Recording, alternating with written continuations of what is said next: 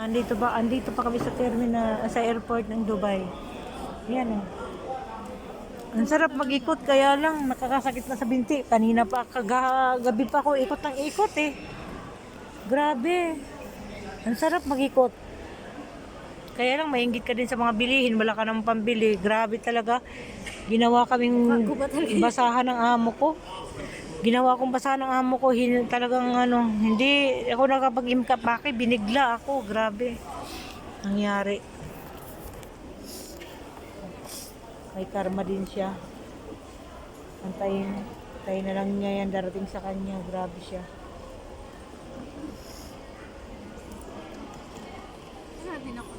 Murang sa duty free, no?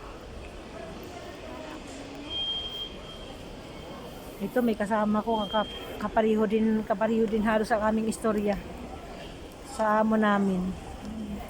Galing siyang Damam, Saudi. Dito din siya nag-connecting flight din siya, dito din siya magmula Dubai to Manila. Ay, grabe.